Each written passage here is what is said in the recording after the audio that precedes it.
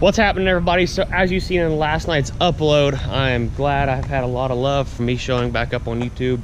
I'm gonna try to stick with it and stay strong, posting some videos for you guys. So as you've seen in the title, I've got a update on the green race truck, which is not really green right now because we got some new fiberglass bedsides on the bad girl. But yes, the wheel well is not the correct size. We kind of cut it out just so we could roll it around. The Fab Shop ProFab Performance will be doing some final cuts soon, but I'm not gonna jump into that right now. So this thing is low. It's freaking low. It sits so low. It's gonna be so sexy. I can't wait. But here in a moment, I'm gonna get these bedsides taken off so I can kind of give you guys a rundown of everything that's happening with the back of the truck, along with the interior. Well, there's not really an interior, but everything on the inside, along with everything underneath the hood. So yeah, welcome back to the channel, guys. Hold tight.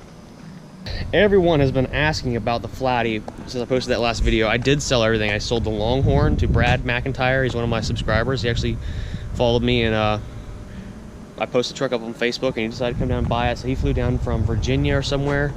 I'm not sure. I sold that.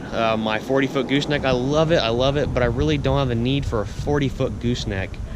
So I sent her packing down the road, and I'm probably gonna be looking for like a 30 to 32 foot car hauler like I had before, but maybe just a dual axle, not a tri-axle. And if you guys have been longtime subscribers, you know I have a big camper toy hauler I've been dying to get rid of.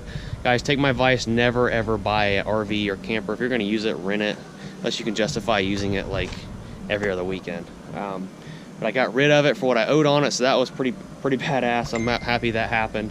But I did not sell the Flatty. She sits right here in all her glory. We actually went ahead and pressure washed everything underneath the hood. So you see a lot of bare paint, a lot of primer and stuff. Here's the catch can, things like that. We're going to be blacking out everything, pressure washing it, and trying to make it look a little bit nicer if we put it back together.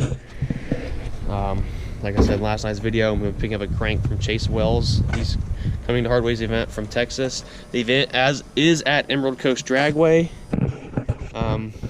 But yeah, here she is. We got her all pressure washed, cleaned up. We're going to be getting probably painting the frame before I put it back together, maybe putting some new shocks on it and stuff like that. But she is in a million bajillion pieces. I'm also trying to work on the noise from my camera, so like if you guys can hear that right there or not, but I know it's annoying as hell to hear.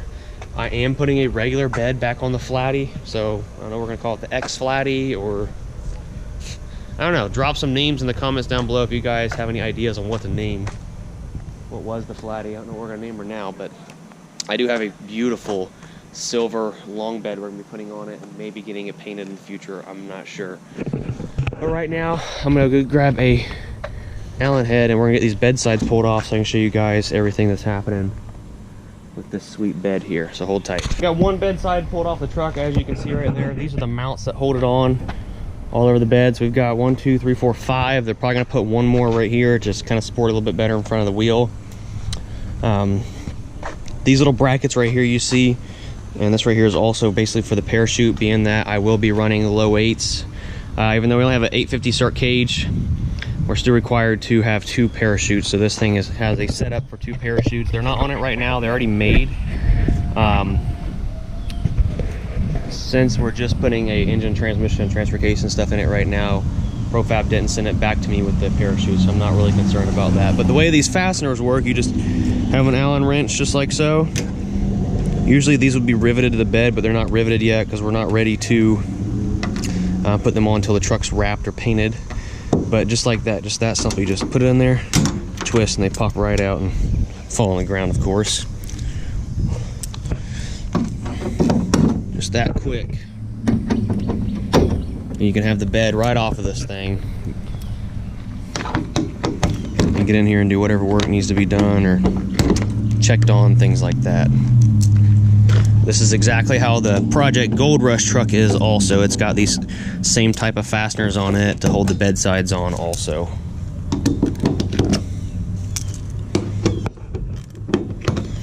And just like that, the bed is ready to fall off. So I've got both bed sides unbolted off the truck, and check out this masterpiece. We did take, well, I say we, ProFab took and cut basically the whole entire back half of the cab out of the truck. We actually cut around 80 pounds out right there because this wall is dual thick, dual walled, I guess you could say. because of the baby restraints and all that good stuff that is usually back here for the stuff to mount up to, I guess, for the seat belts and things like that. They did go ahead and weld everything shut underneath the hood, or underneath the where the dash would be, where all the factory holes would be for the AC and things like that. So that's all welded up nice and shut everywhere. There's no holes in the factory firewall.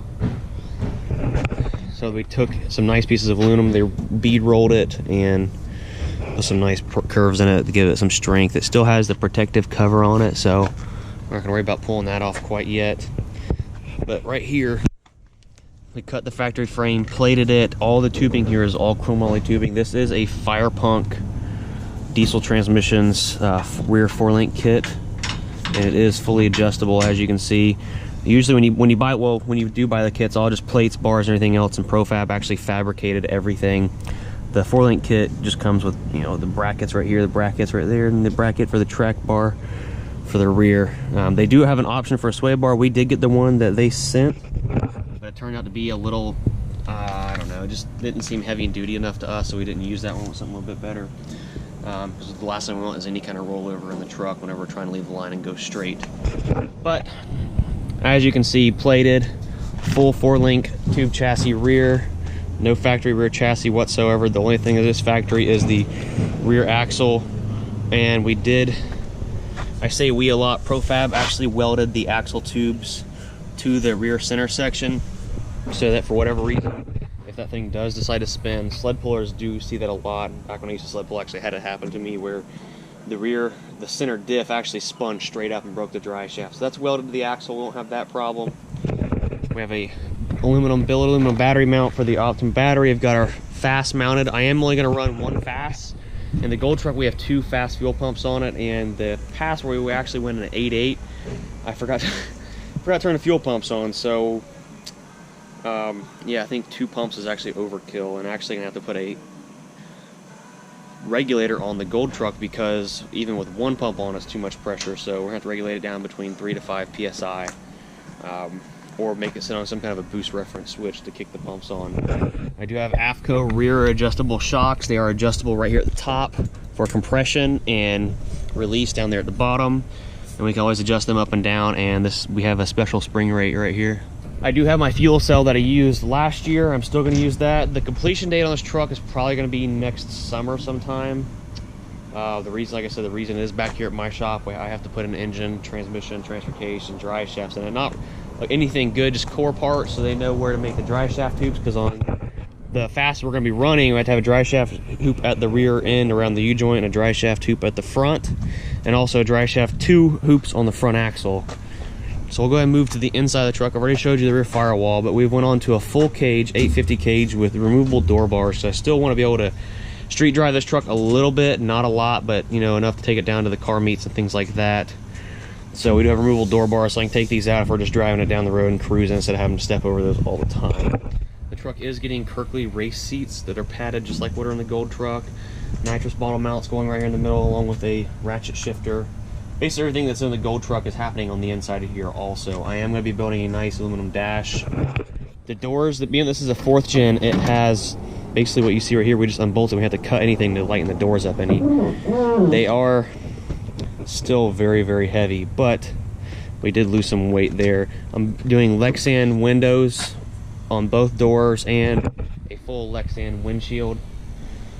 Alright, so under the front, I have an aluminum hood, so we're not doing anything with the hood, and we're not doing a fiberglass front clip simply because the front clip on the 4th gens is so light, and the fenders are literally made out of like tin. They weigh less than 5 pounds a piece, so I'm not really concerned with those. And a plastic bumper and a plastic grill, so all that's going to be Zeus fitted on, just like the bed, where it comes off really easy. But right here is where I was telling you where they sealed up everything. All the factory holes that were in the firewall are all gone now. I'm not going to be using the power steering cooler anymore. Well, maybe if I street drive it, I'm not sure yet what we're going to do there. But if you see anything missing, we did completely remove the track bar from the front end. Usually it would mount right here, and your traction bar would be running from the driver's side frame to the passenger side axle, and bolting up over here, but that is gone. Instead, we ran a lateral bar, I don't know what you would call it, but a bar from the front axle right here to the frame, so that helps keep the front end still straight, but we're able to drop the front axle almost completely down. Right now we have 2-inch blocks separating the frame from the bump stop, so we're actually only going to have around a 1/2-inch ride height on the front, picking it up off the front axle. So that's going to be setting this truck down very low. And they did also make some tubular chromalite control arms for the front of this truck, so that's pretty dope. So that's pretty much everything you need to know to get you up to date on the green race truck. We're gonna get everything stuffed in it, get it over to Profab Performance and let them finish buttoning her up, getting it done. We are gonna mount AFCO shocks, coilovers on the front also. We're gonna come through the firewall somewhere in here, we don't know quite yet where, and come down and tie into the frame and then brace it, and then the shock's gonna mount right here onto that pad. But I have to get an engine in here and get a manifold and a turbo hung so they can see what kind of space they have to run these bars. Also, you can see right here where they cut the cowling out, which will make this engine a lot easier to work on. So, super duper excited about that. Basically, everything you see right here is all the space I'm going to have to work on to get in here to do things I need to do, because everything's going to be out of the way when bumper and grill and hood and fenders are removed if we have to do any major engine surgery, or really anything, whether it be at the track or back here at the shop. So this is pretty much it on this truck. I'm about to be going with Michaela, the new girlfriend. You guys are kind of giving me a little bit of shit, but you know what? If I'm happy, I'm happy. I don't really care what anybody else thinks. We're gonna be going to dinner and going to the house for a little bit to hang out. She has to work super duper early in the morning, so I will be back here later tonight. I'm gonna get the 05, as you see in yesterday's video, pulled in the shop. We're gonna do the fast lift pump, the sump, and go ahead and drop the transmission pan, check the front band, and do some adjustments on that and get it put back together. So I do have like 4 transmissions to take to Suncoast with me, some cores, one for warranty and one to just get rebuilt. A lot of turbos for Austin Tater built turbochargers. Make sure you guys check him out. He is who we use for all of our turbos. And some ECMs for Jeremy Gray. He is the one who does all of our custom wiring harnesses for the trucks here also. So, catch you in a flash. Alright everyone, so back in the shop. Got done running around doing what I had to do, and you guys know us here at After Hours Diesel. I'm actually wearing one of my dad's old uniform, Wilson Tracker uniform, but we work at night, like a lot, outside, and I use a forklift a lot outside, and I was out digging around the dump trailer. You know how Zip Ties and Bias Plies has a, he goes a dump, well that's our dump trailer, so we find random shit I've had collecting over the years, and we decided to put a light bar on the freaking forklift. So I wired it into the factory light, so you just reach over there and pull her on. She is bright. Son, is she bright. We'll click her off. But who do you know, gosh that's bright, that has a light bar, and this just works out really well for doing my filming. So you can see my face real well late at night. Jesus, I'm so blind now. So yeah, got a light bar on the forklift. Brian has almost got this big dually almost completely done. I'm gonna get the AC condenser put on there and get it charged up and go test drive it, top it off with transmission fluid. That's pretty much it. It is a wrap on that job. Once that's pulled out here in about 30 minutes to an hour, we're gonna get my 2005 pulled in and get the fast put on it and drop the transmission pan and check it out. I actually have a brand new Suncoast valve body. I'm thinking about popping in there and seeing how that drives compared to the one that's in there. Is actually one that I did a couple years ago when I was still learning how to build transmissions, so it doesn't shift the way I want it, but I'm gonna give it a try. Also, I mentioned Jared's with Sinflow Diesel, Jared Ullman. I mentioned his YouTube channel in my last video. Make sure you guys go to subscribe to him right now. I will put it right here again. Go subscribe to him. Guy, this guy deserves all the subscribers. I almost feel like he deserves more than I do because he's so dedicated. He may talk a lot, but he means well, and he's just packed with loads of information for any of you guys that are beginners. I kind of skim over what I'm doing.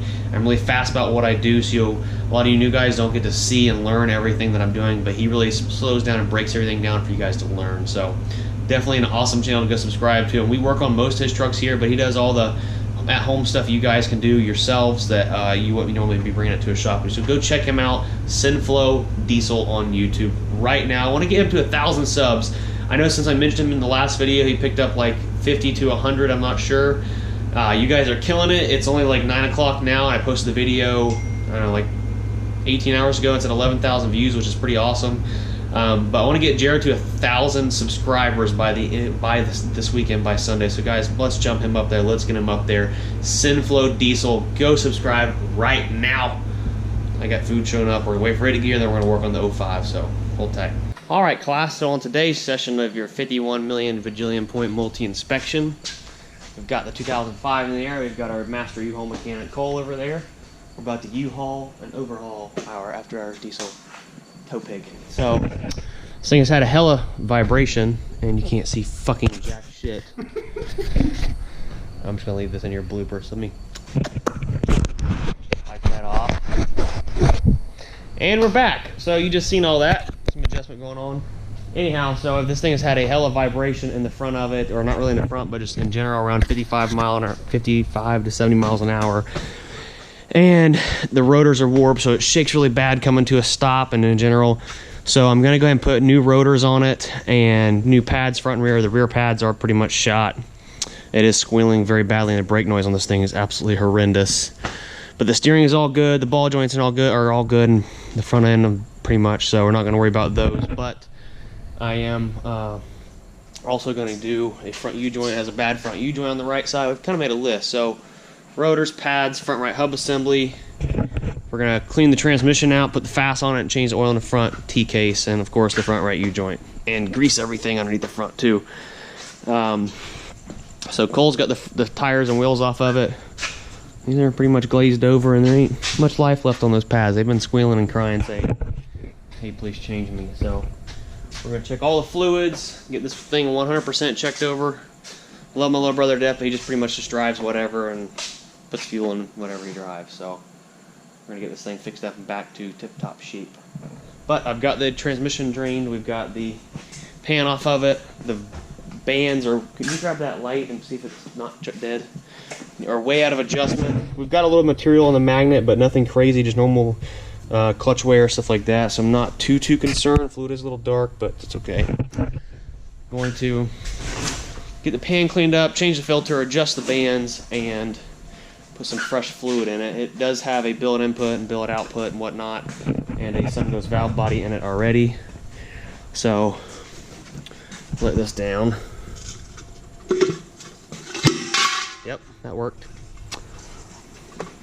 So I don't know if you guys can see this very well or not. This right here is your front band, and she has got a lot of play in her. We don't want nowhere near that much. That would explain why my 1-2 shift is slow to engage. So we're going to get that adjusted up, and the rear band is a lot of adjustments. We're going to get that adjusted up also. That's what activates our reverse and direct drive. So we're going to get that adjusted, get everything greased, pop the front dry shaft out. I think I've got a new pinion seal laying around, and get that changed out also. So we're going to get to work. We've got all the front and rear brakes off the truck. The front rotors are only a couple of years old, I think. I think we've turned them before and had this problem. I think they're just pretty much junk material. But the rear rotors are off. They're also need to be replaced. They're not completely shot, but they're not worth turning down, and the rear pads are pretty damn low. I did, like I was telling you, I had the vibration at between 50 and 70, and there is this dampener balancer on the rear drive shaft, and the rubber inside it was kind of foobarred, so I knocked that off. That should take care of that problem. The transfer case oil is like black, so it's got all new fluid in the transfer case. The transmission pan's on. I got the bands all adjusted there. The front hub assembly, I was having a roaring noise now that I think about it. I'm just driving down the road, and you can hear that or not, but bearing in that front left, front right hub assembly is shot. We've already replaced the front left, I know, probably 6 to 8 months ago. I don't remember. The upper ball joint on this I thought was a little loose, but actually just needed to be greased. So we got ball joints on both sides greased, got the front drive shaft all greased up, topped off the fluid in the front and rear diffs. So now we'll get new rotors and pads tomorrow, a new front right hub assembly. The front right U-joint was completely shot. Here's the U-joint caps. It was a non-greasable U-joint, so as you can see, it didn't have any grease in it anyways, so that's garbage. So we've got it's a mess in here, but we've got the axle shaft right there, so get a new U-joint tomorrow, pads and rotors, and the front right hub assembly, get this thing put back together and on the road. The calipers are all in good shape. There's nothing wrong with those. Those have been replaced probably 3 years ago, because I did a lot of the work on it when the original owner well, not the original owner, but the person that had it before myself and my brother had it. So I'm gonna get that fixed up, and I'm gonna start working on putting the FAS on it now. So right here's the FAS. It is a Titanium Series 265, I think. I'm not sure. It doesn't say. I don't know. It's a really big one. So shout out Fast Fuel System. They sponsored that to me along with another one for whatever application we decided to put it on. And here's a dual sump kit from Diesel Auto Power and the rest of the installation kit. I'm going to get to putting this thing on now. So I've got the hole drilled in the bottom of the fuel tank and got my dual, well, not dual sump kit, but it's a single sump, but it's got a suction and a return side, as you see right there. This is, like I said, from Diesel Auto Power. Be sure to check those guys out and grab your sump if you need one.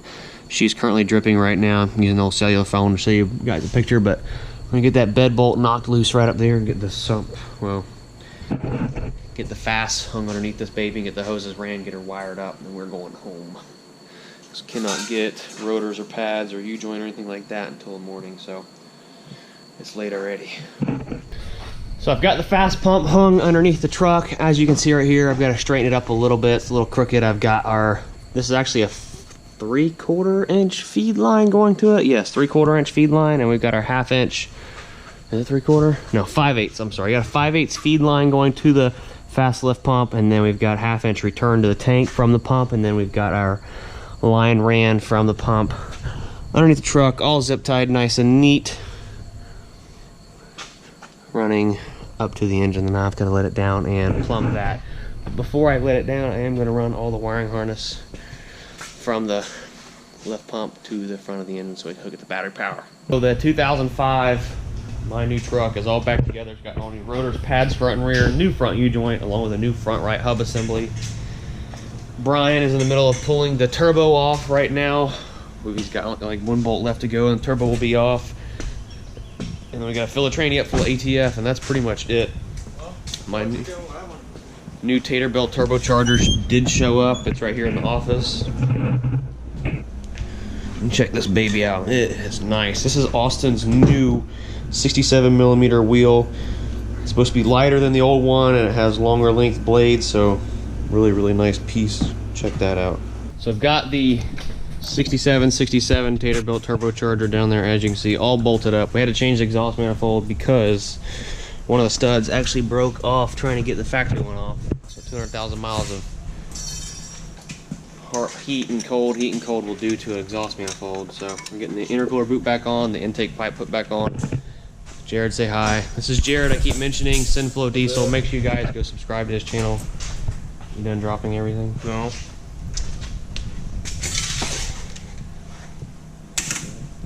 We're gonna put some coolant in it and top off the tranny fluid, and we should be ready to rock. Go test drive it, and then go to my dad's shop, hooked to the gooseneck. Chaz's purple truck is here. The purple truck is not my truck. Everyone else just thinks it's mine. It's not my truck. You won't catch me dead driving that thing. There it sits right there. We've got it loaded full of transmissions. We're gonna get it washed up, get it loaded up on the gooseneck, and we're heading to Hardware Performance tomorrow around noon. So once Brian gets done working on this truck. Alright guys, so that's pretty much a wrap for today's video. I'm headed to the house now to drop off my gooseneck with Chaz's truck loaded up. We are all ready to head out to Hardway tomorrow around noon. I have got to be at a meeting tomorrow morning before I leave, and then we are on the road. So I'm headed to the house now. Jared with Sinflow Diesel, make sure you check him out. He's behind me now with one of a customer's truck I gotta do some test driving on tomorrow before I release it. We're gonna put about 100 miles on it. He's gonna pick me up at the house, run back to the shop, then he's gonna go home, and I'm gonna go home, shower, and I'll be done for the night. I'm gonna get this video uploaded for you guys. So I really appreciate it. We've got like 20,000 views on my last video. I want to keep that rolling strong, get them subs back up, and get this YouTube channel pumping again. Sorry for the long video. I know I talked a lot, but we were headed to Hardway. Driving the 05 right now. I've got the HE351 6767 from Taterbilt turbochargers on this bad girl, and it runs freaking phenomenal. We're gonna get it tuned up with some HP tuners this weekend. Either Paul Cato with HP tuners or Ryan Milliken, depending on if Ryan Milliken's busy or not, but we're gonna get this thing tuned up. And man, listen to this thing turbo sing. It is so nice.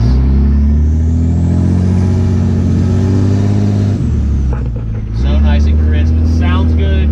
Oh my gosh, it sounds so good. So huge shout out Tater Built Turbos, Austin Tate. Make sure you guys go check him out. His link is always in the video below. And check out Jared with Simflow Diesel. The link to his YouTube channel is in the description below. And go to ahdracing.com, guys, and buy your merch. We will catch you in the next upload, guys. Peace.